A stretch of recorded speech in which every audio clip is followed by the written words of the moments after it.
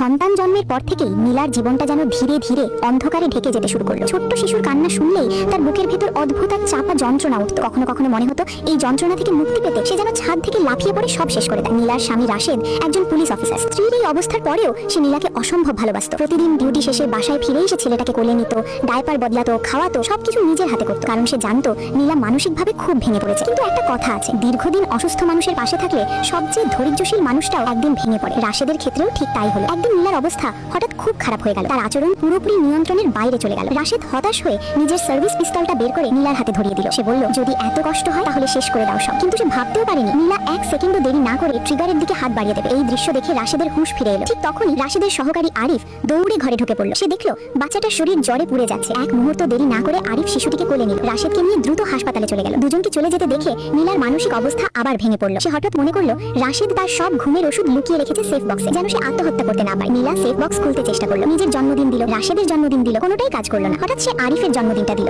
Safe box খুলে গেল। ভেতরে ছিল এক বোতল ঘুমের ওষুধ আর একটি ছোট্ট চিরকুট। চিরকুটে লেখা, সবগুলো খেলে 3 মিনিটের মধ্যে মৃত্যু হবে। মৃত্যুর কারণ বোঝা খুব কঠিন। মানুষ ভাববে অতিরিক্ত ওষুধ খেয়েছিল। চিঠিটা পড়ে নীলা স্তব্ধ হয়ে গেল। সে ভাবতো রাশেদ শুধু তার অসুখ নিয়ে বিরক্ত, কিন্তু কখনো কল্পনাও করেনি রাশেদ এতটা ক্লান্ত হয়ে পড়েছে। হঠাৎ নীলার মনে পড়লো আরিফ কিভাবে তাদের ছেলেকে কোলে নিয়ে হাসপাতালে দৌড়ে গেল। সেই মুহূর্তে নীলার মনে হলো সে যেন এই পরিবারের একজন সদস্য নয়, বরং একটা বোঝা। ধীরে ধীরে সে উঠে দাঁড়ালো। ড্রেসিং টেবিলের সামনে গিয়ে খুব যত্ন করে সুন্দর করে মেকআপ করলো। তারপর সেফ বক্স থেকে ওষুধগুলো বের করলো। বিছানায় বসে নরম গলায় বলল, আমি আর তোমাদের কষ্ট দেব না। এরপর একে একে সব ওষুধ খেয়ে ফেললো। কিছুক্ষণ পর সবকিছু অন্ধকার হয়ে গেল। যখন রাশেদ বাড়ি ফিরলো, সে অবাক হয়ে দেখলো নীলা ঘরে নেই। সে ভাবলো হয়তো ঘুমিয়ে আছে। বিছানার ওপর কম্বলের নিচে একটা অবয়ব দেখা যাচ্ছিল। রাশেদ মনে করলো নীলা ক্লান্ত হয়ে ঘুমিয়ে পড়েছে, তাই তাকে বিরক্ত করলো না।